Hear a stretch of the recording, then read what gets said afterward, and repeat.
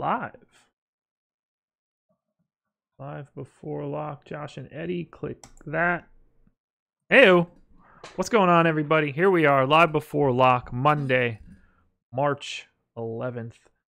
3 days before the wife's birthday, so I should probably start planning for that, huh? Mine in 8. There you go. So let me know how yours goes so I can copy, maybe. I don't think you want that same gift. I don't know. My wife's a gamer. Do you want a new suitcase and a book about making batch cocktails? You're the worst husband ever. We don't generally do a ton for birthdays and stuff. So my birthday's in February, then we have Valentine's Day in February, her birthday in March, and then our wedding anniversary in May. So we tend to do like a trip instead of doing individual presents on those spots, and then kind of do something bigger for the anniversary. What did you get for your birthday then? What did I get for my birthday? Nothing. Yeah, a card. Just a month ago, a card. Yeah. We went to Charleston for a couple days, and spent it on dinners and experiences. Yeah, the hotel room. Okay, I can get behind that. At this point, if we have something that we want at this house, we just get it. So makes the gift part hard. Anyway, that's not why anybody wants to be romantic, but very practical. Yeah, we do the other holidays, Valentine's Day, anniversary. That's the biggie. Sure. So I would assume that most people. And by the way, Live Before Lock is the promo code. We're presented by Thrive. We're going to hit all of that stuff, but we need to dive right in. I assume that everybody's quote-unquote favorite game for today is Wizards Kings. Massive total, big pace. There's enough out there. But I know that's not the fast Eddie game of the night. Where are you looking more than that game? Much? I don't know. I felt like you were going to be like, what game I really like? Jazz Thunder. Look at all my hypothetical lineups and see which game is most represented other than that one.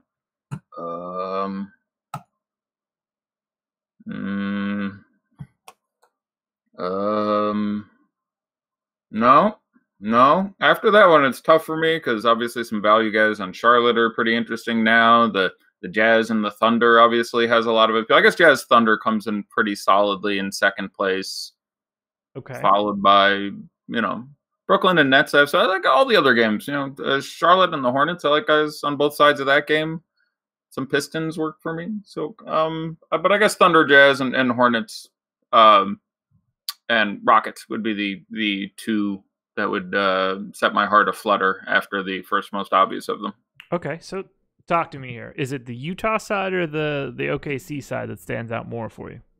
More the Utah side. Okay. Again, it ends up being site dependent, as all things tend to be. But just some interesting plays from all the way down at the I sort of oddly like Kyle Korver in this spot. Not like a ton, but they're throwing him a ton of time. Yeah. I like he's still going to play like 28, 30 minutes. I kind of like this spot for him to pound out some threes. Like that's a cute guy you can go after in tournaments. It's an interesting favors night. It's much more of a favors night than a Crowder night. So back to the yin there. But the standouts of I really like Donovan Mitchell and I really like Rudy Gobert. Mitchell both sides. Gobert more at his really stupid DK price, but he's one of 7 centers on DK who are priced really, really, really well. So there's some, game theory there and ownership to look at. But so just like everyone from Utah is at least somewhat interesting for me. I got to put in the rankings. I finished them and someone just said, you didn't upload them, and they're absolutely right. So I'm going to spend 30 seconds on that. So you and I are on the same page there. I mean, Gobert looks fantastic. I like him on both sites. I might actually like him more on FanDuel because no one else does. He's at 8% ownership right now for us. Yeah, that's great. Donovan Mitchell. I like getting to favors a little bit on FanDuel. I think Royce O'Neal clearly looks like a solid punt option on FanDuel. I mean, believe it or not, for me, I'm kind of off because of like the Korver thing. Like in a tournament, like on FanDuel, I really don't want him. Like I'd rather punt guys like Korver and the centers of Zizic or Biyombo or Jeremy Lin with his blowout run at $3,600 against the Cavs. Sure.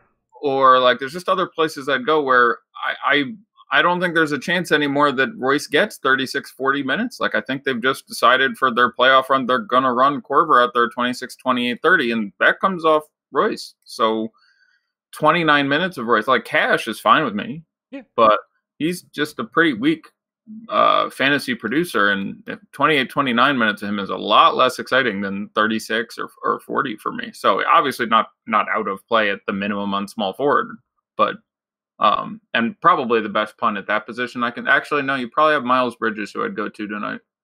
Feels weird, but it does feel weird to go to him.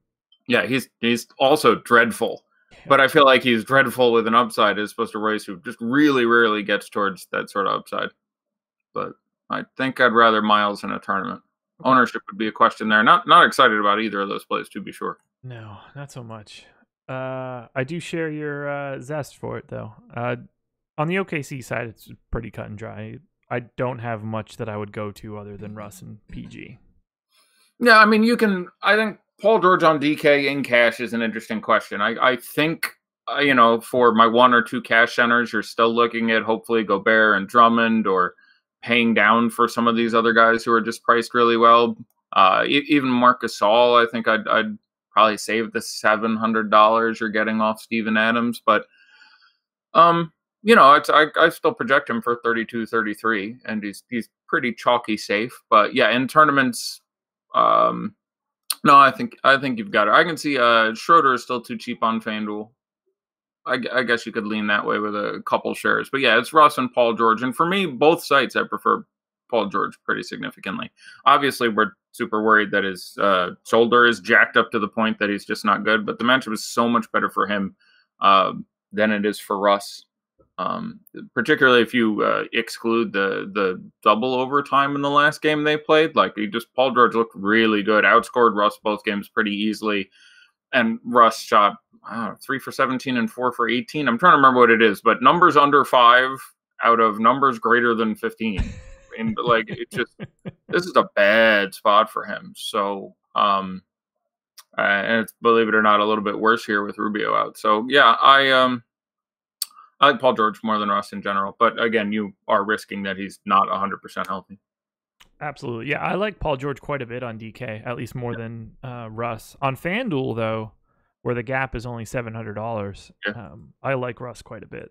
Yeah, so obviously the upside is still there. And FanDuel makes a ton of sense. Nothing at point guard quite so brilliant. And again, the guards on DraftKings, there's so many of them that I really, really, really like tonight. Guards who cost, somewhere between like 7 and 84. There's like 7 of them I really want to find a way to get some exposure to. But FanDuel, it's not nearly so juicy. A couple guys in the mid-range on FanDuel make a lot of sense. Satoransky is underpriced there relative to both his DK price and what he should cost. Reggie Jackson is a little cheaper than he should be in his matchup. So I find myself looking at effectively 11-3 on FanDuel is good for him. Well, I don't want to alarm you, but I'm already dropping frames. God damn it. Yeah. No issues with Adam earlier today, but I just noticed it go to 262, so I'm going to keep an eye on it. If this goes squirrely, be prepared. I don't know.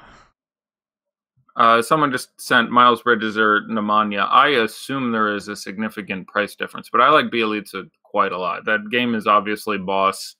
At the beginning of the year, he was getting a ton of time at the expense of pardon my brain freeze there, Marvin Bagley. He was getting a lot of time. And at the time it was like, okay, well, they're going to keep doing that all year until they sort of fall out of contention, which everyone expected. And they're still not out of contention. Like, they're still futzing around for the 8th seed. So, and obviously Bagley injured at this point, but they've gone back to giving him 20, 30 minutes the last couple games. I think you see that again. He's a fantasy point per minute player, not with the world's most confidence, but I have 29 minutes and 31 fantasy points for Bjelica right now. So much bigger fan of that. FanDuel, it's apparently $800 more for him, but Bjelica 46 and 42, Daddy likes quite a bit. I'm a big fan of Bjelica today. I have 20% right now. It's just with the field on DraftKings. But it's really hard to avoid him right now with Bagley out. And I only have him in for 24 minutes, That's the low end. Yeah, and I think you're conservative. I have him in right now for 29 minutes. Yeah, I think I'm being very conservative. And that may be a little high, but like they're going what they did with their rotation a lot of the year is 6 guys getting 30 minutes and then sliding in some yada yada yada. And with Bagley out again, that's what we've seen 2 games in a row, and I expect it to sort of revert to that. So I'd be surprised if it was only 24 absent, foul trouble, or what have you. Like they need this win. They're not out. Same thing with the Wizards, by the way. They're going to also fight. Both these teams are not seeding the playoffs. No, like they're not there yet. Like they're not as low as say the Lakers, who are at 0.5% chance of making the playoffs or whatever. Both these teams are at, I think, 5, 7, 8% or something like that. Like they have a legitimate shot. So they are going to run some. Bradley Beal will see 71 minutes somehow. Like they're both invested. They're going to throw their shit at this game. So. Yeah, I mentioned this this morning, but I think it's worth touching on again. The Wizards can give Bradley Beal more money if he makes an All-NBA team. Right. Similarly, Karl Anthony Towns will make more money if he makes. Yeah, his auto locks in, right? It's part of his deal where if he makes first or second All-NBA team, he auto kicks from 30 to 35 million or whatever the hell. Right. So those are 2 things that are going to probably keep those guys on the floor. One would hope. I have a hard time believing that Karl Anthony Towns is going to be like, you know what, just put it on ice. I don't need that 30 million. Yeah, no, I would think you're good. Things like that will lend themselves to players being either on the floor or off the floor a little bit more so over this last stretch. Let's go through this game because... someone sent a quick question I'd like to do first, which was, how do you compare Bjelica to Frank the Tank? And I really like them looking at the FanDuel and DraftKings GPP lineups I built today. They're both in both at the moment for single lineup frames. I probably, what do we have them for ownership right now? We have Bjelica at 19%. Let me just double check. We haven't had an update since. Nope, this is correct. So we have Bjelica at 19%. We have Frank the Tank at 17%. So by all accounts, they are the same. Yeah, and FanDuel. FanDuel. Frank is 30% owned. That's at 4,500. Yeah. Bjelica is about 25. 4,600, 17%. Interesting. So, just in a vacuum, we'll assume you're talking DK, where they're basically interchangeable. Pretty. I wish Bjelica still had his small forward eligibility. So the whole day going, if you could move him, like the whole day, it was like, get him out of that spot. I generally, basically, will just look at DraftKings, where they have basically identical ownership. I will go with Bjelica. Frank, I think, probably plays a couple more minutes. Yeah. And I'm sure you think Frank plays a couple more minutes. Now you said you had Bjelica at 24. I can see them playing the same amount of minutes. Oh, Frank sure. I can certainly has a way easier opportunity to get there. Yeah, I'm saying you have Frank for more than 24 yeah, right absolutely, 100%. Right, okay. So sure, they could end up even. No problem. I'm probably slightly more inclined. Bjelica is honestly a better basketball player. Bjelica has a better matchup. Bjelica, doesn't have, PJ Tucker pushing his shit in as much as he can. I'm slightly more comfortable with Bjelica. Same ownership.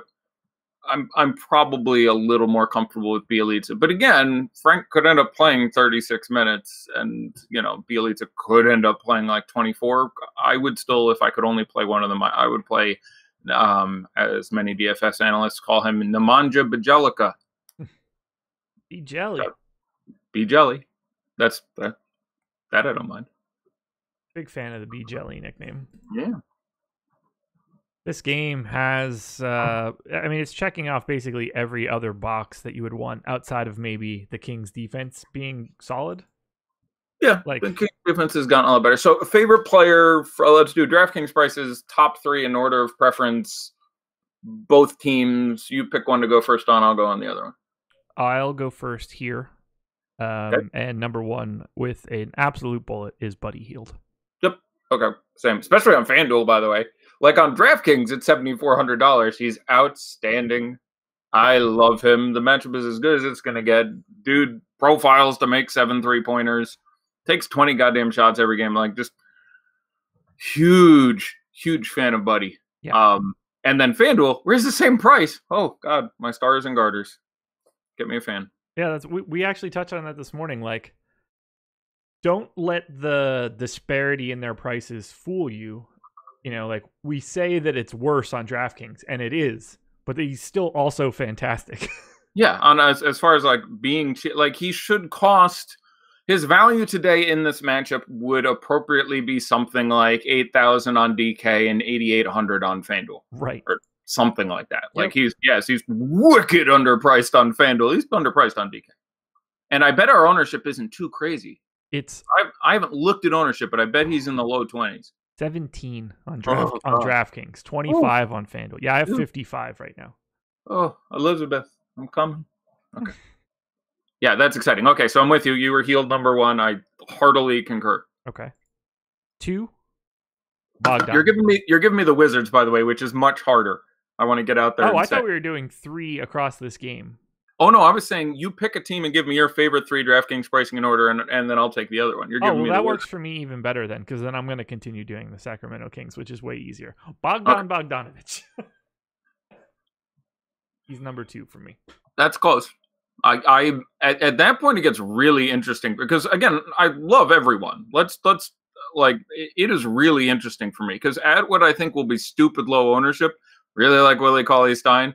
Harrison Barnes is going to play. I mean, Harrison Barnes is going to be last of the big 6 for me. Yeah. But dude going to play 38 minutes in a brilliant matchup and doesn't cost that much. Like, he's last for me. But I guess maybe the Kings are harder.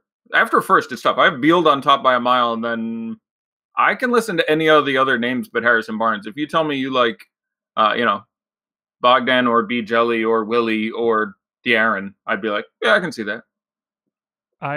From the Kings, I would go Healed, Bogdanovich, Bjelica,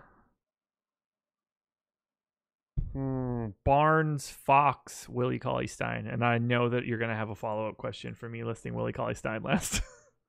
Well, I get it. He's a center. Like it's in the, like, as far as like points per dollar and upside versus ownership and everything, I think you'd have him higher than say Barnes. Yes. But Willie Cauley-Stein takes one of your 2 center spots, and of your top 20 plays tonight, I imagine 9 of them are center, and that just makes it a ton more difficult. So you are absolutely right.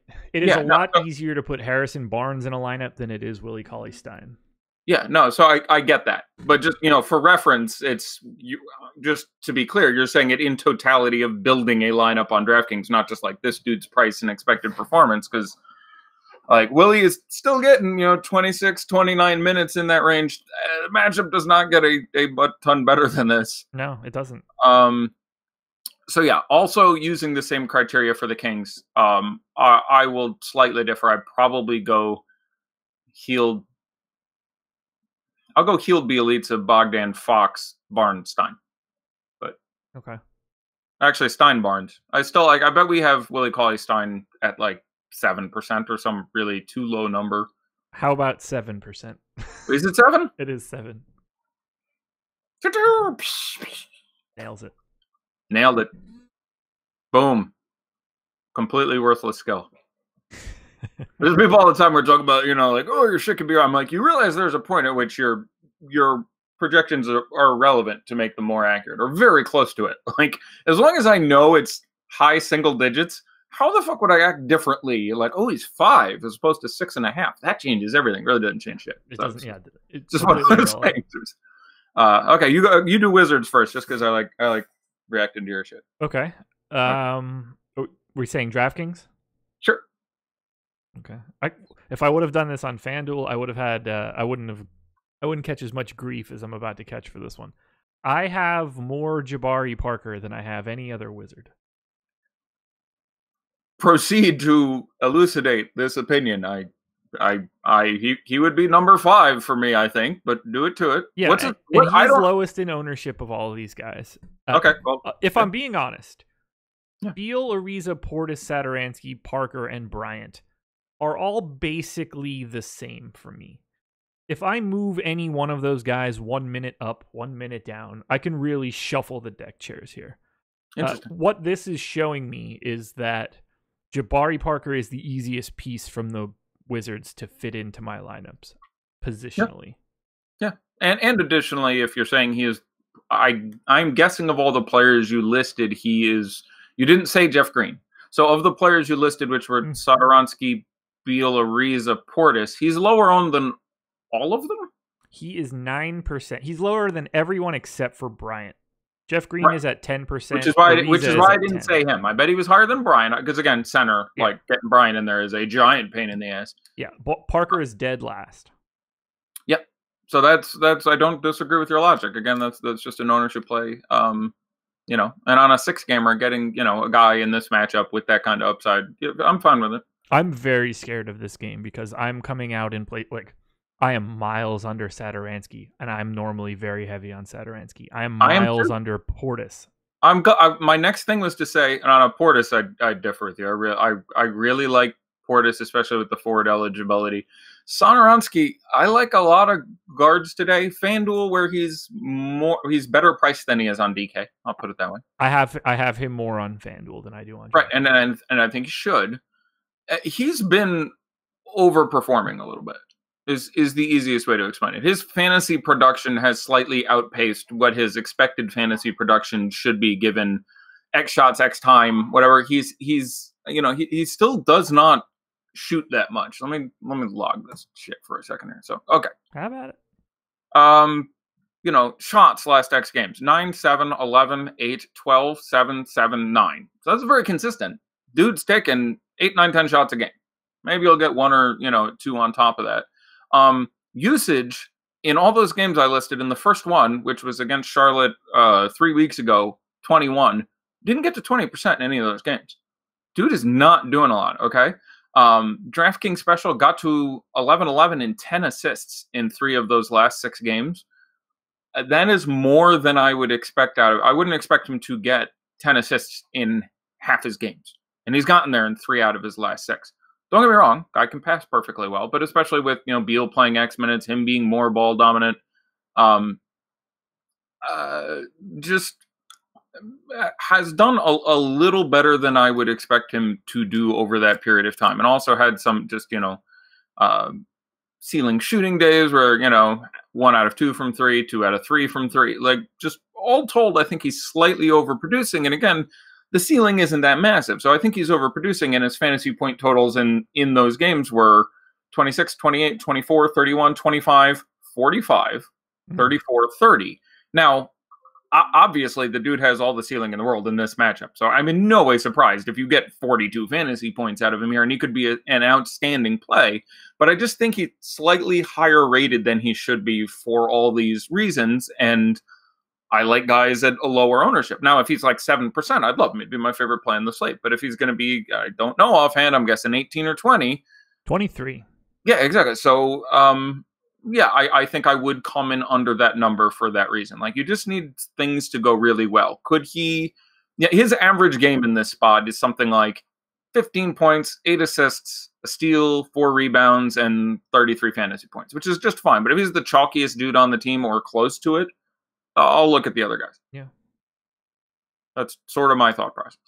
So talk to me about Portis, because I think you were saying you really like him. I do.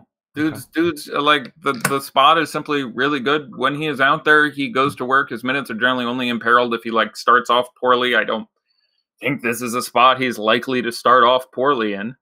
And just the forward eligibility slots him in there. Now, the opening of all the sexy forward value from, Bjelica and Kaminsky and all these guys, I certainly can see getting away from him. I don't think you need to lock him in there, but he's still under 6K. Still has that positional availability. He's over 40 DraftKings points 3 of his last 4 games, and now he's in a nutty spot. So I am projected for 39. That's pretty good for 5,900. Yeah. It is indeed. That's it. No complicated take there. No nuanced. Everything is sort of rounding up for Satoransky. If he's that popular, I'd rather go elsewhere. Take just that still looks like a pretty good spot, and he's been really productive. And matchup is good, and I like playing guys in good matchups. I don't have sorry. Yeah. So I have Portis is just there. Like my rates for him seem to match everything. Like, I'm matching his last 30. I gave him 28 minutes. I'm pretty comfortable about that number. And when that comes out, he's just not coming up. And I don't know what I could do to like goose him more. Yeah, I don't have and again, I didn't have a compelling mathematical argument to throw at you. I was just sort of like, he's a guy I like in a spot I like who gets in a position I like. I imagine you only have him projected for well less than I do. I think you probably have like 34 and a half. Significantly less than that. Yeah. So, okay. So that's 31.6. Yeah. Well, then, yeah, that wouldn't pop that much for me, especially with all the amazing centers and power forwards that are opening up. Yeah. I wouldn't expect you to get a lot. Yeah, the amount of value that exists at power forward and center tonight is not that it's not normal, but it's just overwhelming. Yeah, and it's not just the value; it's just the plays up the entire spectrum. Like from the value is sort of like Bjelica and Kaminsky, and then as you go up into the mid ranges, you have like the Jabari Parker you're talking about, and people are going to play. Harrison Barnes, who's 52, and then Portis, we're in the middle. We're talking about here. People are going to play Ariza in this game. Horford is going to pick up a pile of ownership in this situation, probably more than he should if we want to pivot there sometime soon. But sure, let's go there right now. Sure, I like. Don't get me wrong, I like Al Horford, but I think people are going to over Celtic themselves. Yeah, that's a safe bet, I think. You know what I'm saying? I think people go, Tatum is out, and I think the reaction to Tatum is out will be overrepresented versus what it should be. It doesn't mean that Tatum being out and his shots all of a sudden becoming available. Like, he's a guy who's getting around 30 minutes most of the time and is putting up, 15 shots or so. So, yeah, that's going to open up some space. But I just think that opens up a little Aaron Baines space and a decent bit of Daniel Tice space, and then a little for Gordon Hayward and Marcus Morris and maybe Al Horford, and Jaylen Brown will get in there and play some more at the 3, maybe with Rozier at the 2, and just like, yeah, I don't. It doesn't make anyone jump off the page for me. So, like, I don't know how quite to react to it. You know what I'm saying? Like, yes, everyone on the team and what's already a good matchup gets a little bit of a cookie from 1% to 5% increased production. I still want a Celtic. Or no Celtics. Okay. Let's have a bigger discussion. Good. This is a fun slate, man. I'm digging. I love this slate. Yeah, it's just because, okay, tell me the Celtics you want over the Kings and Wizards you want. I have 50% Gordon Hayward on FanDuel right now. I think that's crackers. Like, don't get me wrong. I love what he does at that position. That's great. But yeah, that's fine. I mean, small forward beyond Bjelica at like 4,600, who is a mess, and some of the spend up options. There's no one who is like well priced on FanDuel. So there's a good question for you. Would you rather have Gordon Hayward or Bjelica? Bjelica, not terribly close. Really? Okay. Look, all right. Let's do a deep dive on Gordon Hayward. Yeah, let's go. Look at like, he's just all right. So we'll yank up Gordon Hayward, just sort of game logs and see what he's doing. He doesn't do anything. And like, okay, he's going to pick up a couple extra minutes, but here's his last 8 on DraftKings fantasy points. Ready? 16, 17, 12, 15, 19, 51, 24, 22. He took shots in those games of 6, 8, 3, 2, 7, 16, 10, and 8. Like, what exactly? Like, FanDuel, I have no problem. If you told me you have 50% of FanDuel, that's fine, because there's now a very real upside there. What is he, 47, 46 is the number on FanDuel? Yes. That's cheap enough where that's great. You're actually giving yourself a 40, 50 point upside against a Clippers team that can certainly give that up. Maybe he gets all the extra minutes here, but it's not like you look at his last 2. All right, look at it this way. His last 2 games were against the Kings and the Lakers. In those games, he played 29 minutes and 30 minutes. How many minutes do you think he plays tonight? That's a good matchup tonight. 29. Against the Clippers, but he just played the Lakers and the Kings. In one game, Kyrie was out. In those 2 games, he played 29 and 30 minutes, took 8 and 10 shots, scored 22 and 24 DraftKings points. The Kings and the Lakers. And one of those, Kyrie was out, which I would argue is much better for him than Tatum being out. I would agree. So, You know, he didn't shoot badly, by the way. In those 2 games, he shot 6 for 10 and 6 for 8 from the field. He made 60% and 75% of his shots. You could argue those were overrepresented what he should have gotten in those 2 excellent matchups. So between all that and the fact that I expect people to be like, oh my God, Tatum's out, I'm going to play Gordon Hayward. I'll look elsewhere. Could he get there? Of course he could get there. There's, you know, but if he's going to be the popular dude, I've seen 1 game out of his last 8 that makes me think this is a dude I want to jump up and down on. And that was a weird ass game where he took 16 shots.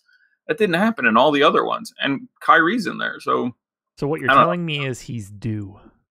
Great. Well, yeah, I cannot defeat that argument. Yeah, for me, it just basically comes down to I've got him at roughly a point per minute. Sure. Slightly little bit of a pace up spot here for Boston. Clippers defense hasn't been fantastic.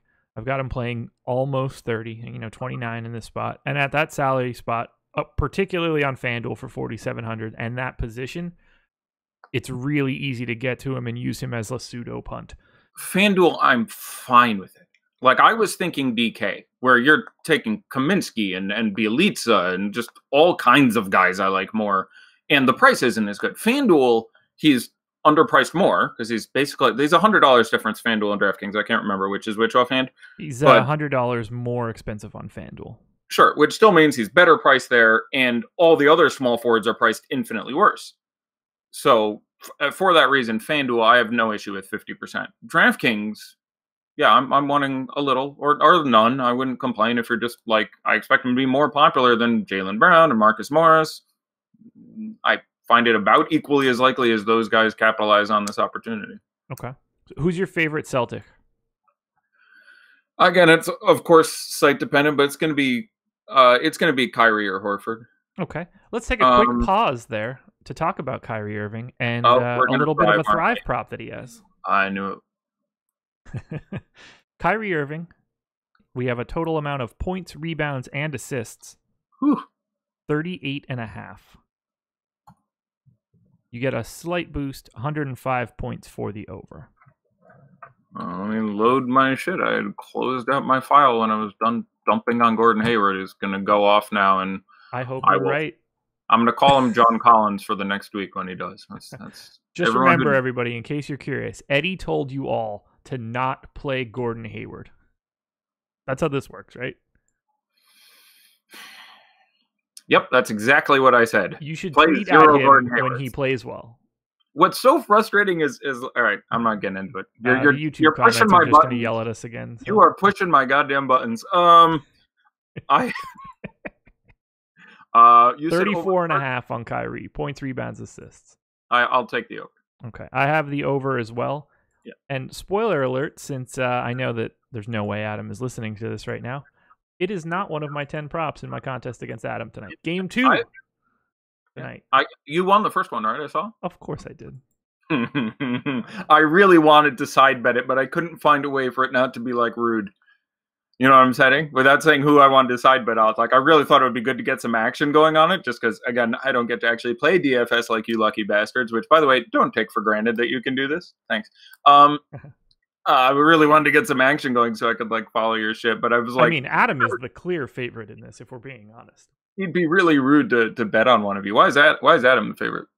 I think that he's probably a better DFS player than I am. You guys remind me of each other a lot. And I would argue that how good a DFS player you are is related to how good you are at playing Thrive, but not identical. Thrive has a much different and much more limited skill set than playing DFS in general. Like, playing DFS well requires, 16 skills, 5 of which are really important, only like 2 of which of those actually like sort of translate over to playing in Thrive. But actually you and Adam profile similarly to me as DFS players. I think you guys are very similar with your approach to the game. That I would agree with. Okay. That's just everyone comes at it in different ways. And you guys actually come at it pretty similarly to me. But let's talk about other dudes. Sure. I like Bismack Biyombo at the minimum. There you go. I have a little bit on FanDuel. He's the flat minimum, and he should play as much as he can handle as long as nothing goes crazy bad for the Hornets. as long as they can maintain, they're going to want Biyombo on Capela. Right. Because they don't have another body that can do that functionally. Because it's not and Frank Kaminsky and it's not Willie Hernan Gomez. I want to put Frank at center. I'm like, he'll get destroyed. Oh my God.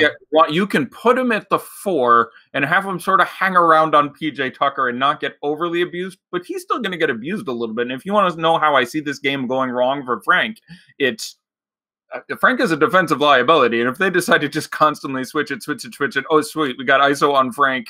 Like they could Enes Kanter him pretty hardcore. He wouldn't last more than 2 minutes. Right, but thankfully they don't have many other dudes, and like even MKG being out is the glorious part of it. If MKG was in, I'm so worried that Frank plays 11 minutes, because they destroy him, and MKG plays 37. But the fact that MKG is out too, I think Frank's pretty safe. But if MKG was in, even with like Zeller and Marvin out, it'd be like, I don't know, boys. If you're looking for a way to this to go squirrely, it's them just beating up MKG, Enes Kanter style.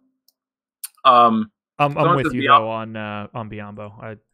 So they should put Biyombo out there. They need him to deal with Capela. They need him to stop Harden from just getting everything he wants going to the rim. He's still got the Q tag for absolutely no reason. He was probable going into Friday's game, and then they gave him that day off too. They haven't played in 2 more days, so like he hasn't played in a week. And he was, he's just fine. He's 100% at this point. He is not even on the injury report. So. I like minimum price Capela, or minimum price Biyombo. It can obviously go badly. There was a Biyombo award for a little while where during his first go around with Charlotte, because he did a lap since then and did like some Toronto and some Orlando and then back Charlotte. He was the lowest usage player in the league. Like there was a 6-month period where he had a usage of like 4 or just some incredibly hilarious number. So obviously he cannot do a lot. I would probably rather play on FanDuel in tournaments Ante Zizic over Biyombo. On DK, you're saving 900, I think. At that point, I'll go to Biyombo. But FanDuel, I'd rather play Ante. I agree with you. Okay, good. All right, we're agreeing too much. These 2 teams played 4 weeks ago, I think. And like everybody was good, except for like at their price, Harden wasn't good, but. Lamb had 50, Kemba had 50, Batum had 40, Paul had 40, Harden had like 50. That was a disappointing one there. Capela, remember, if you look at Capela since he came back from injury, he's played 11 games. He's been okay to shit in all of them but one. The one was Charlotte. with Cody Zeller in there was when he had 50 whatever, and you're like, holy shit, he's back. And then he went back to, not being back. I would come in under the field on Capela, I think, just because I still think he's dealing with something. There's a billion other centers I like, and he played 36 minutes last night. I'll go elsewhere. I am in no way shocked if he stacks up 55 on Charlotte again without Cody Zeller now. Although I will say the matchup is harder for him.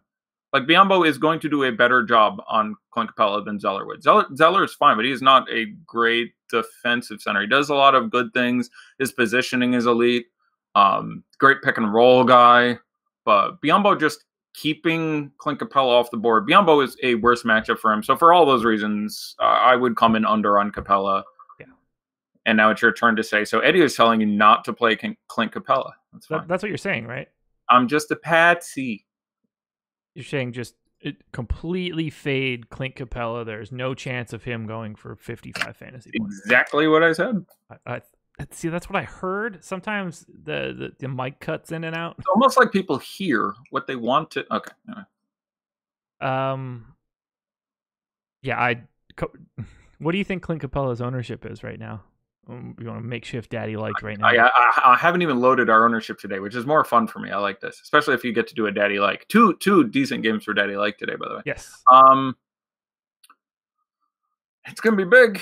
21. 19. Oh, I'm close. I'm on form today. What's Marc Gasol right now? I can't imagine it's very high. 11. Drop one of those digits. Stop. look, it's Marc Gasol. He's a decent fantasy dude. He's starting against Ante Zizic, which is much more of a Marc Gasol matchup. We just got an update a couple minutes ago. Let me grab the most recent update. Okay. He's 5,400. Like, I don't, like, as a tournament play, I'm kind of excited to see what can come out of that.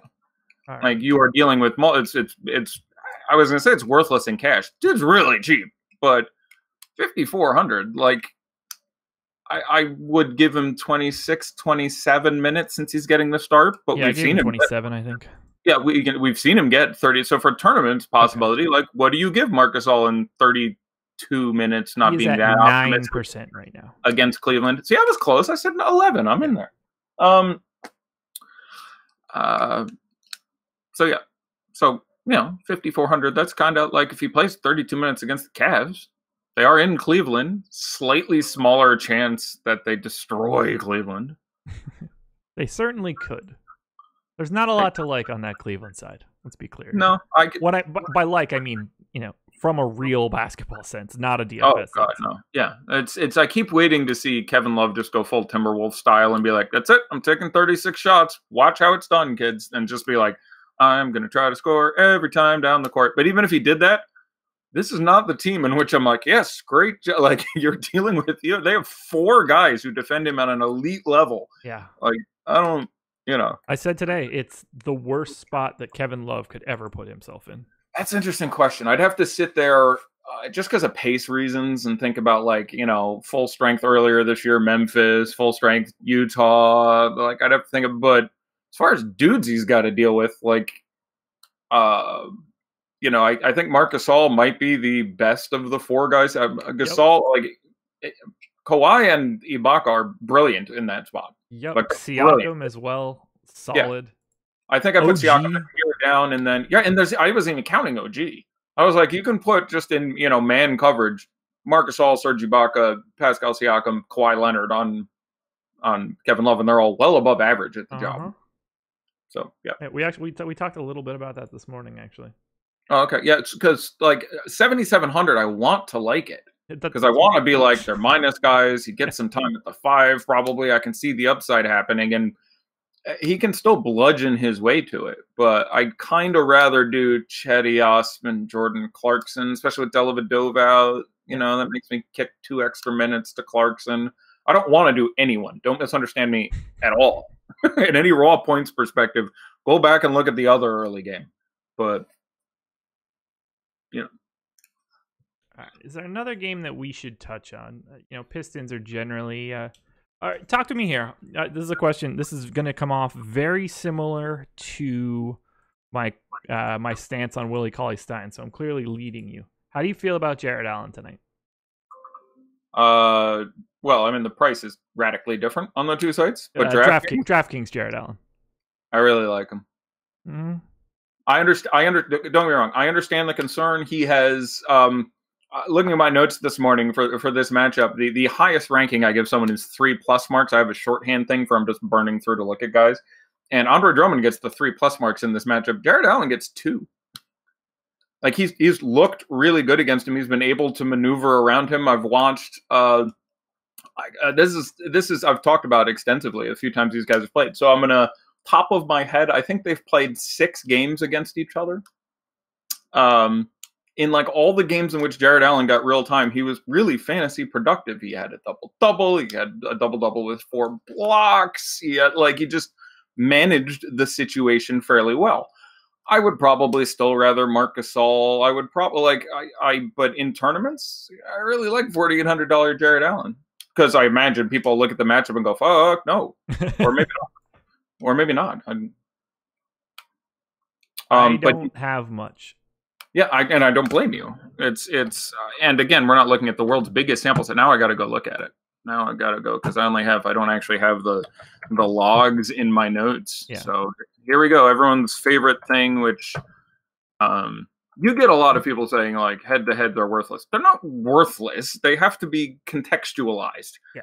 This is largely the same situation as these other games. So yeah, so Drummond and like center is much more important than and that's the other thing. Yeah, the odds of a center guarding the opposing center are like 95%. Right. The odds of a power forward guarding the other power forward are like 81%. The odds of a point guard doing it are like, I think it's 73. Like I broke down all the shots for a year and then amortized it out by position to prove this point to someone once. I spent like 2 hours once getting all that data and crunching it. And like center versus center, at least if you have the same system, same coaches, whatever, tends to be accurate. You had guys who swap. You had weird situations where you would have, Taj and Karl Anthony Towns would switch guard a lot. There were various situations, but if you didn't watch a million hours of basketball and know all this, you can still look at center versus center when they both start, and most of the time, you're okay with that data. Then it's power forward, then it's point guard, and the wings are like almost useless. So being like,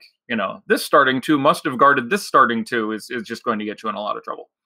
All right, Jared Allen, 2 games this year, 21 minutes fouled out, 14 points, 9 rebounds, 1 assist. I mean, that's not brilliant, but that's like 26 fantasy points in 21 minutes. The earlier game, 4 fouls, 30 minutes, 17 points, 10 rebounds, 4 blocks. I will say these both those results were from October, where he was getting more time. Like they have cut down on his time there, and they're struggling for the playoffs. They fall into the 7. They have the hardest schedule in the NBA to the end of the year, based on opponent win percentage, based on everything. They have the hardest schedule left. They're imperiled for the playoffs. If I had to guess right now, I think they end 9th. Like it's that bad, just as an aside. Game before that, 30 minutes, 15.6 rebounds, 3 blocks. Game before that, 32 minutes, 13 points, 14 rebounds, 6 assists, a steal, and 2 blocks. So like that's the 4 times that he got more than 12 minutes in a game.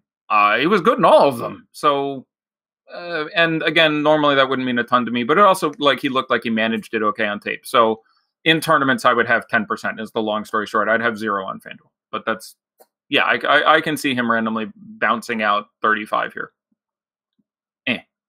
I'd have about as much as I'd have Ed Davis, who just is to the hell damn cheap. And certainly you can see Jared Allen getting in foul trouble here, and you could get 30 minutes Ed Davis. So sure, that works too.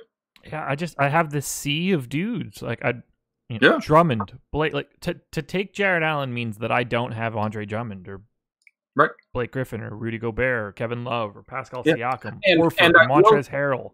And I will say, I'm toying around and building 6 lineups. He's not in any of them. I'm not actually playing them. And when I say I'd have like 10%, I don't actually have to find the 10%. So I will frequently be wrong because I am imagining it. Yeah. I just look at him and go like, yeah, I think the upside is there, but center is really deep. I think I'll get 10%. I might go to actually get it and be like, fuck, I can't do this. I have to cut some Gobert or some Drummond or just all these other guys who I would like more. So there's a real chance that I'm just wrong when I say that. Gotcha. Yeah, I would love to like him more, but I love the top end of that position so much that I don't naturally get there. Yeah, no, and I suspect that maybe Maya would have 10% is apocrypha. Yeah, and I would never tell anybody they were crazy for having it. If I didn't look at anything in my sheet, I'd be like, "Oh, Jared Allen, that's a really nice price for 4,800." Yeah. Yep.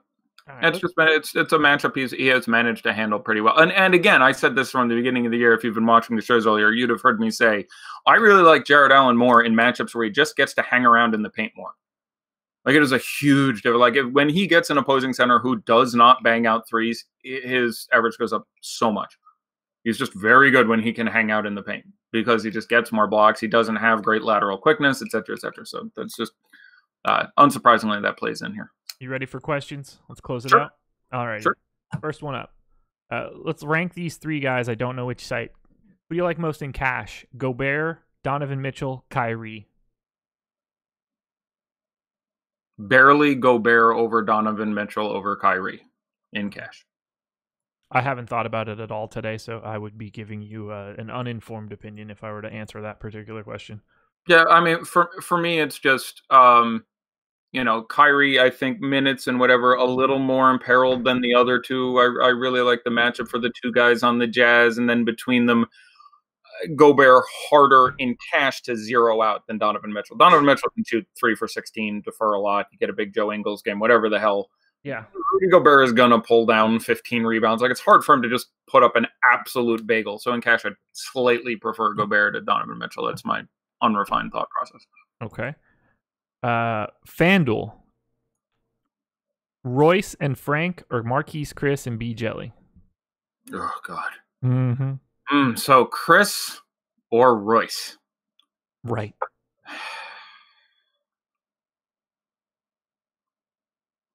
That's probably the day to just withdraw. I will go with the Royce side. Just withdraw from all your contests. I'll go with the Royce side between those two. Okay. Let's see what else we've got here. Chris Paul or De'Aaron Fox on DraftKings? Chris Paul. I'm pretty sure that I agree. If I have no other shares of this game for some reason, my answer is De'Aaron Fox. I can't build a lineup and have no kings. So if you have no kings, my answer to that question would be De'Aaron Fox. Presuming you have at least one other king, then I'm going to say Chris Paul. I would say that Chris Paul is my favorite point guard of the day on DraftKings. It's really close. I like a lot of them, but I'm inclined to agree. I think that's where I would land too. Zeller out is enough for me to come off Kemba, who would have, argued for it. Donovan Mitchell, obviously the price is significantly more. We've talked extensively about Sato, Westies. I think I would land there as well. So, okay. But again, it's more important to me to have someone from Nutsoid game. So if you told me I agree with no kings, I would be like, okay, then I'll take De'Aaron Fox and just hope that this is where he gets his 55 because that still would seem better for me. But hey, by the way, what do you think of broken records? I don't know what you mean. We broke one today. We hit 2,015 people. Yeah, look at that. We're almost up to the current year. Yeah. Little known fact, if we actually get more than 2019 people, everyone watching the show and you and I will time travel into the future. Oh, if only. So nobody else show up. Because I don't want to miss any more time of my little girl growing up, okay? Thanks. Can I just go back in time? I don't have any interest in going to the future.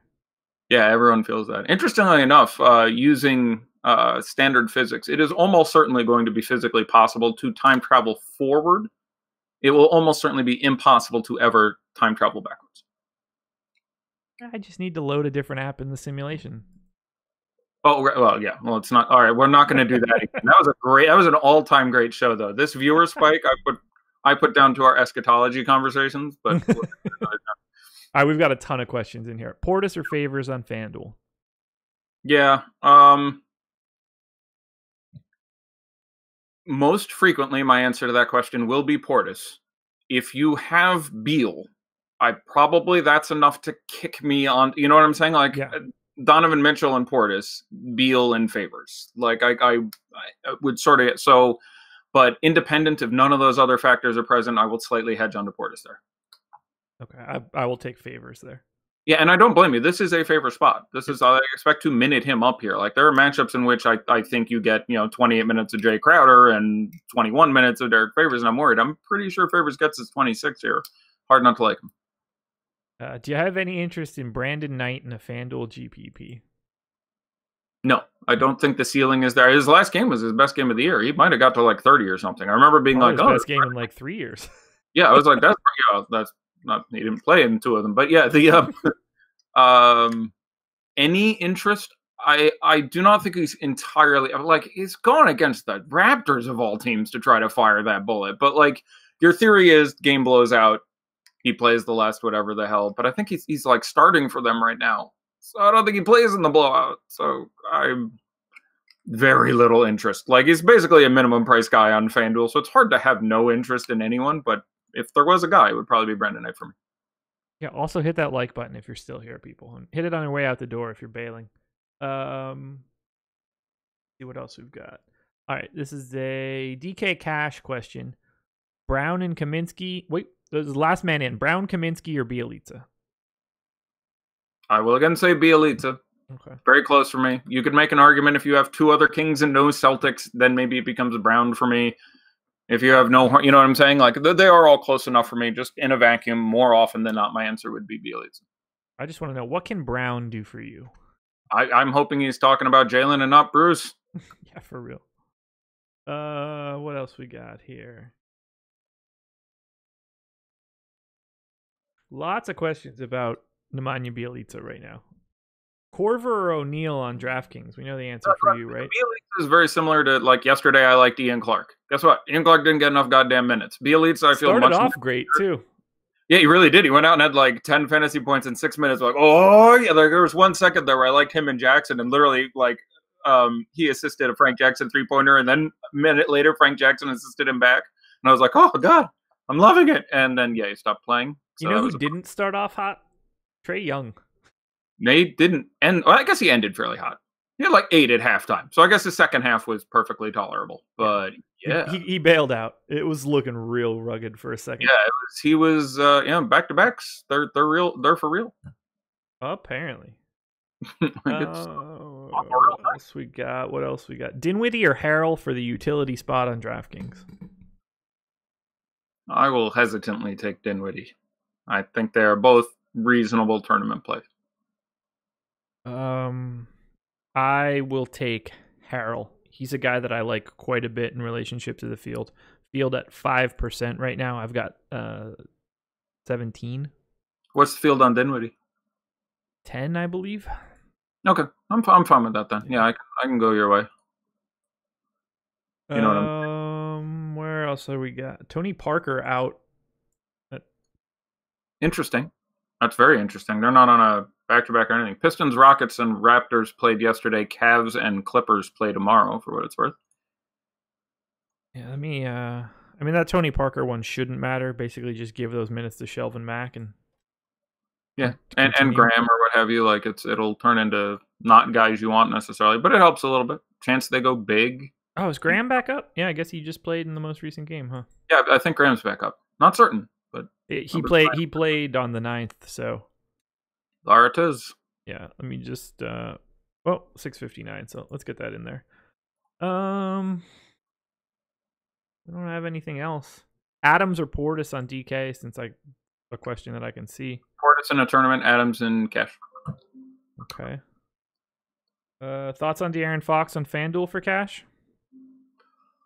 I think he's fine. He would probably rank my third. I believe he's $8,000 on the nose, but the matchup is great. So again, point guard, I'm a bigger fan of punting, or again, Reggie Jackson and Satoransky are priced a little better, but Satoransky and Russ really the only 2 point guards on FanDuel I look at and go, yeah, that makes sense in cash. So after that, whether you end up with Reggie or De'Aaron. So if you end up on De'Aaron, that's fine. He's not my first guy in. I'm not like, all right, build in my FanDuel cash lineup. Let's get let's get De'Aaron Fox in there to start. Yeah, but it's obviously a great spot. So we are locked. Oh, I suppose we are. So, time for everybody's favorite game Daddy likes. But first, if you're sticking around, Thrive Fantasy. Go to bit.ly/Awesemo. Enter the promo code AwesemoStrat. And you just get $5. You don't even have to deposit. They just give you $5. It's a good deal. Well, yeah, it's more people should do it that way, because obviously, your exposure is more significant. You have to deal with fraud of people I'm just talking sort of business theory here. But people, are so reluctant to sign up, do this, register your email, do this. Like there's a whole thing where people are just like, oh, screw these 10 steps. So they're so reluctant when you're just like, no strings attached. You get $5. People are like, oh, okay, then I'll do that, because I've worked for a lot of DFS sites and getting people in there. Holy good, Jolie Scamoli. You and I are going to love this one. Oh, boy. Just made up some words there. Number 1, Tomas Satoransky, 35. Okay. I have 22. Okay. So, again, I'm not saying don't play him. I'm not saying he's shit. He's in a great spot. He's one of the best 20 players on the slate. He's the chalkiest player in these 2 games. I would want less than that. Okay. So I get that out of the way. Bobby Portis, 27. Bobby, you said 27? Yep. All right, I had 12. Okay. I think I would want to. I'd want about that. That's around the number I would want. Number 3, and I think, did we get this right on the nose? Buddy Hield, 23. We had him at 18. Okay. I have just a hair more than that. Okay. Well, I would want more than the 23. Yeah, I have more than the 23. Okay.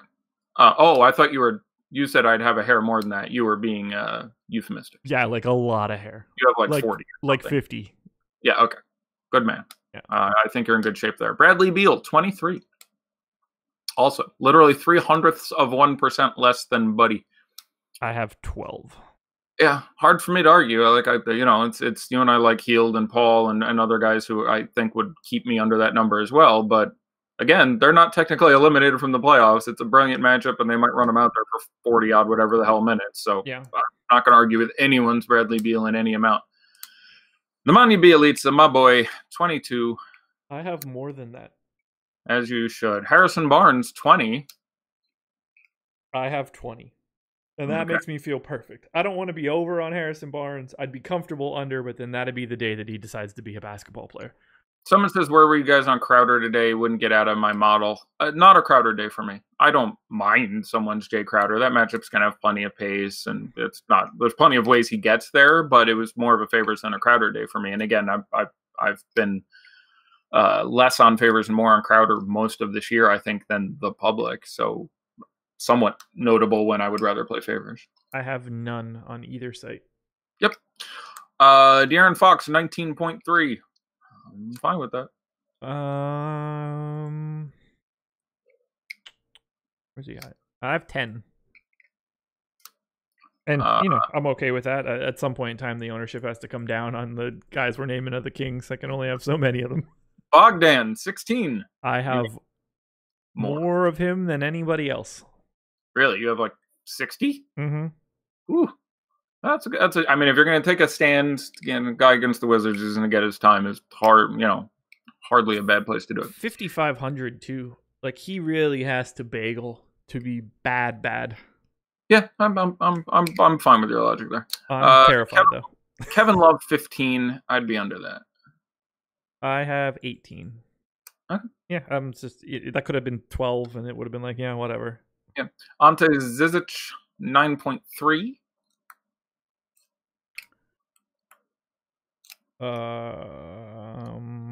I have a lot more than that.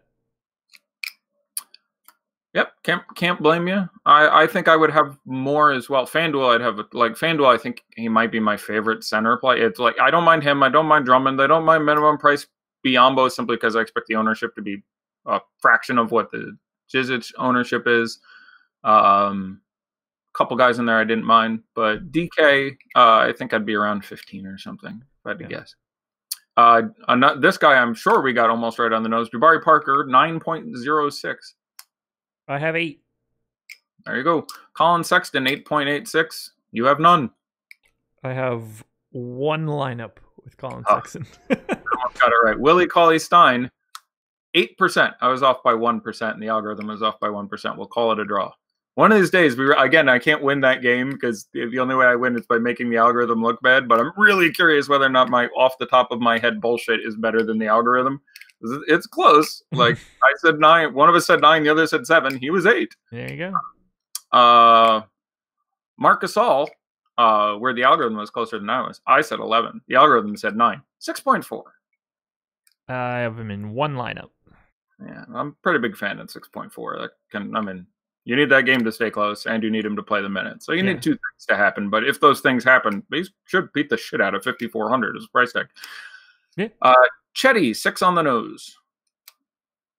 It's a name I feel like I didn't see for the longest time. I don't have him at all. Jeff Green, an interesting Chetty decision with him, 5.7. I have 3. Trevor Ariza, less than I would have thought, 5.5. I have 13. Good man. Marquise Chris, 5. Jesus, I don't even want to know what the actual number that I have is. Tell me it's 0. I'll be happy. I think that it might be. Yeah, it's 0. Good man. Kyle Lowry, 4.5. I have one lineup. Yeah, again, I'm a big fan of, Kawhi isn't in, play Kyle Lowry. Kawhi is in, don't play Kyle Lowry. But it is the Cavs. Like, he gets whatever he wants. He generally doesn't want any, but if he wants it, he gonna get it. Yes, he is. Anybody that wants anything in this spot, they can have it. It's like, Chetty, give me your shorts. All right. Fine. Pascal Siakam, 4.2. Same story. I have 5%. Kawhi, 3.8. I might not have. I can't even picture seeing his name. Really? Interesting. 3%. Yeah, okay.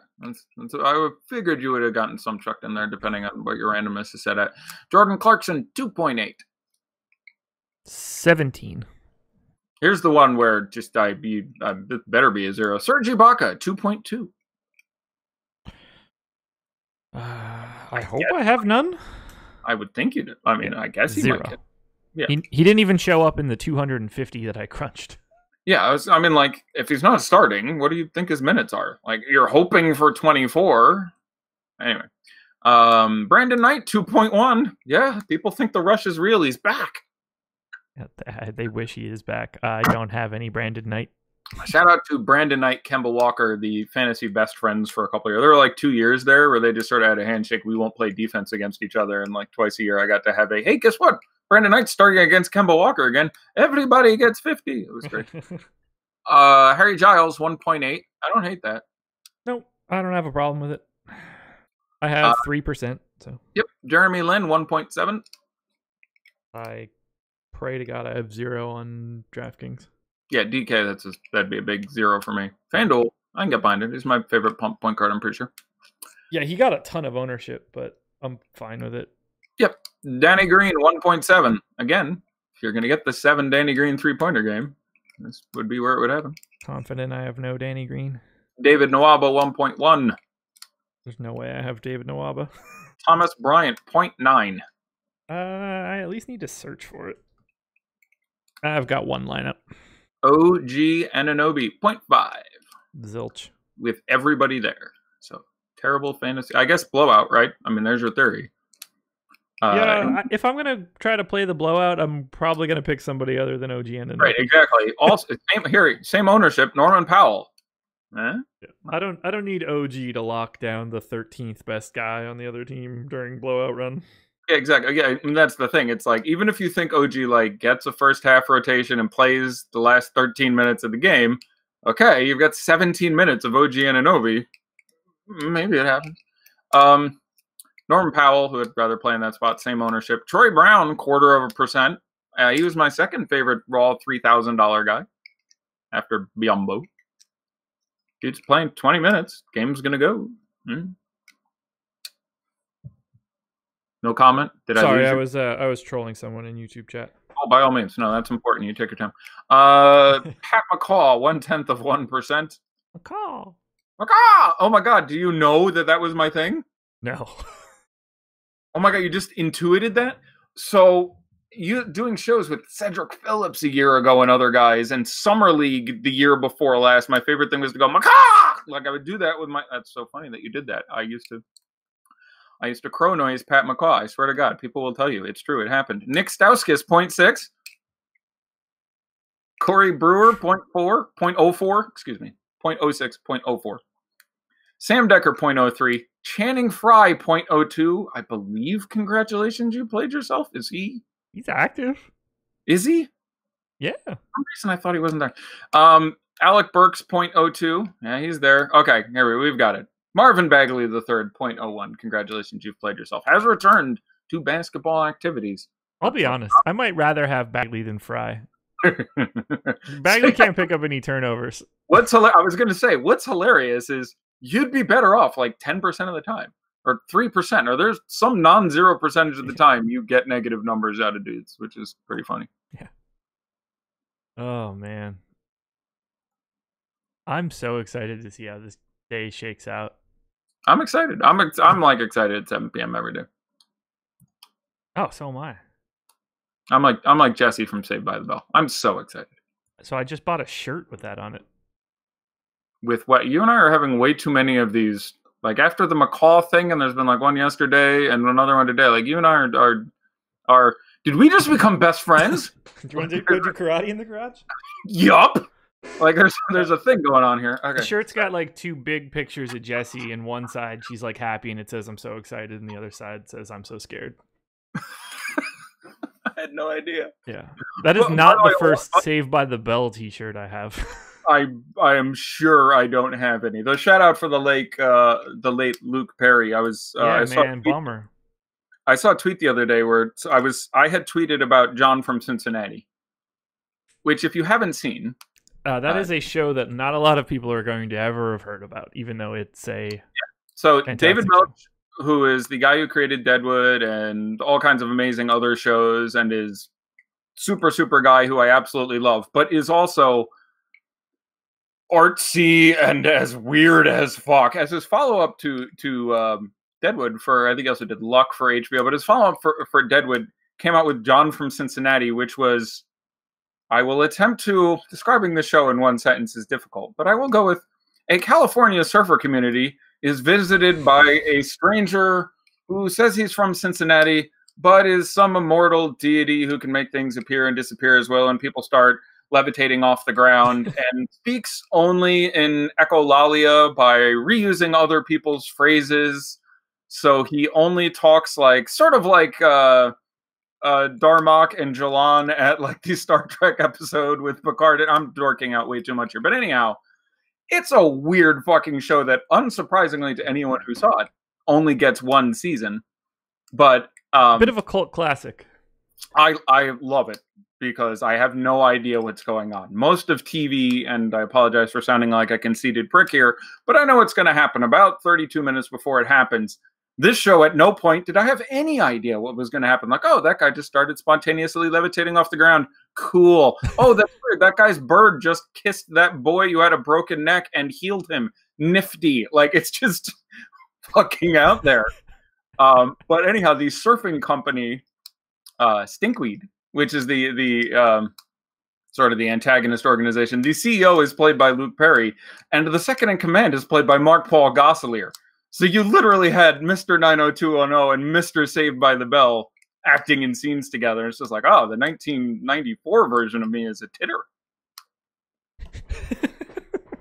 So there you go. That was about as far out there as any reference was going to get on our basketball show. It probably was. It probably was. We're digging deep on this one.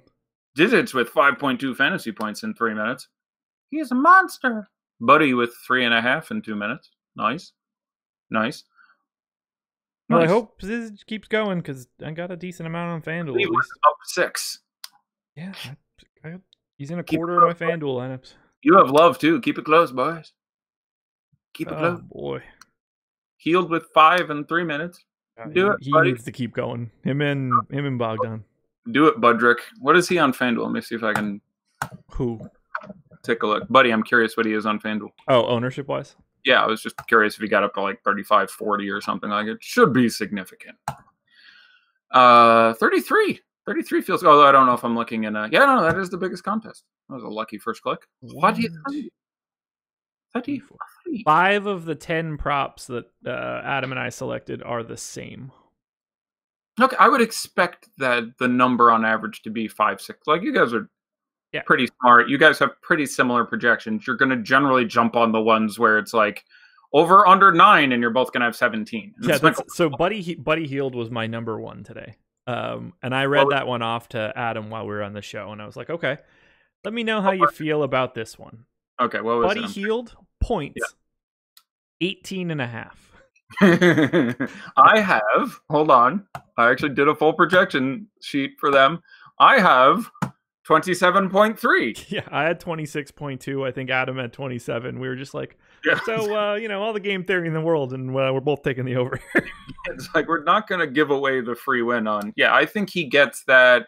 Basketball's unpredictable to an extent, but I think he gets that like 65% of the time, or 60 plus anyway. Yeah. I'm a big fan. God, Satoransky with 6 points already, especially after I said don't play him at all. God, looks so bad. So here is my list of props. Beal over in points. Montrezl Harrell over in points. Harrison Barnes over in rebounds. Bradley Beal over in assists. Andre Drummond over in steals. What was the Beal assist line? 5.5. Yeah, I have him at like 8. No problem. Yeah. Drummond over 1.5 steals. Al Horford over 5.5 rebounds. Lou Williams over 5.5 assists. Under on Eric Gordon's points, 18.5. Under on Chris Paul's assists. 18.5 points for Eric Gordon. Yeah. Really? I mean, yeah, I don't get that at all. Good.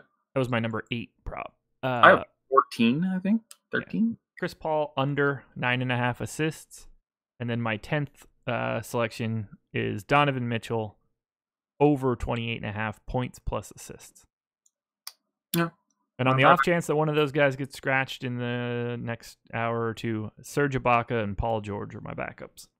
Is that how it does it? You pick like 12 and it can scratch up to a couple or something? Yeah, so you pick 10, and then they have 2 picks called ice picks in case of emergency. And if someone doesn't play or gets scratched, they just, they come in order. So you just put your first, like they just automatically put your first one in there. Oh, I love a good acronym. Yeah. I also love a good onomatopoeia. You know what an onomatopoeia is? Oh God. So is it? I'm gonna whiff on this. I'm a giant language dork. Like we could sit here all day and I could talk about the forms of punctuation in a standard English language, but I know that I know what it is, and I know that my wife's best friend, who is a elementary school teacher, has talked about them. Is it? So I keep wanting to put it towards like some sort of mnemonic device, but it's not. Is that? No, that's a palindrome. What is it? Palindrome is backwards and forwards. Right. An onomatopoeia is a word that is basically the sound it makes. So meow. Okay. Or pow. Yeah. Bang are onomatopoeia. Or they are, you can use it as an adjective. They are onomatopoeic. There we go. People, you don't get that sort of information from other DFS sites. I'll give you one more. I'm going to give you a chance to redeem yourself. I'm not going super, super off the chart either. Both of these are knowable, I think. What is a portmanteau? I do know this. Oh my God. I hate. So I knew that, like, you're a smart guy. I knew caveat here. I am terrible in these situations. I was in like the schools, whatever debate thing growing up, got bageled. I'm really bad at, like, I'm terrible at trivia contests. But if you just ask me that, like, and we're sitting around, I get there. Yeah, I knew that these were ones that were fair because at some point I'm sure you knew them, and whether or not you could happen to pull them up. A portmanteau is it's a type of luggage, first of all, but it has become sticking 2 words together. So motel, which is a motor hotel, and brunch, which is breakfast and lunch shoved together. I wouldn't have got that. Oh, okay. I know it, like I know that, but it wouldn't have triggered to me. Last thing I'm gonna mention for one of my favorite songs, being a gigantic dweeb, is a song by Weird Al Yankovic called "Bob." Have you heard of it? Bob. It is sung in the style of Bob Dylan, as it's one of his style parodies. New or old? Old. It's God. I was working in California at the time, so 2004, give or take a year. I was so not even old, but not new. All right, not old by Weird Al standards. Yeah, but I was gonna say, like, is this on like Biggest Ball of Twine in Minnesota type level, or? I love the fact you know Weird Al album names. Like, your respect ranking for me? Jesus, get that man a can of Coke. Big Weird Al guy. Oh, he's I've seen him in concert a couple times. He's great. Now, if I could be anyone, he's on the list. Like, he's towards the top of just like, wow. Do you ever watch Hot Ones? I don't even know what that is. So you're about to make me happy. So Hot Ones is an internet interview show where they eat the hot wings. They eat 10 hot wings that get progressively hotter. Weird Al was the season finale last year. I saw Tenacious D on that. Yeah. So Weird Al did it. Oh, I didn't. I got to go find that episode. It's really good. He seems like a really good guy too. He's super. You hear all these stories where, like, he gets in conflicts with people over the rights to their songs. Like, he has beefs once in a while with he parodies someone's song, and 90% of people go, "That's awesome. Weird Al is the tits. It's a tribute. I love it." Yeah.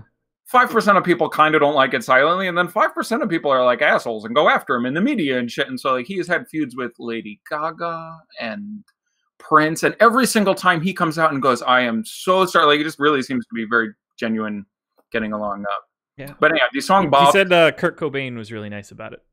Shout out to that guy. You were 6 or whatever, but yeah, I saw him in concert a few times, up close and personal. So, anyhow, April '94 was that one. But Bob is sung in the style of Bob Dylan, and the entire lyrics of the song are palindromes. Nice.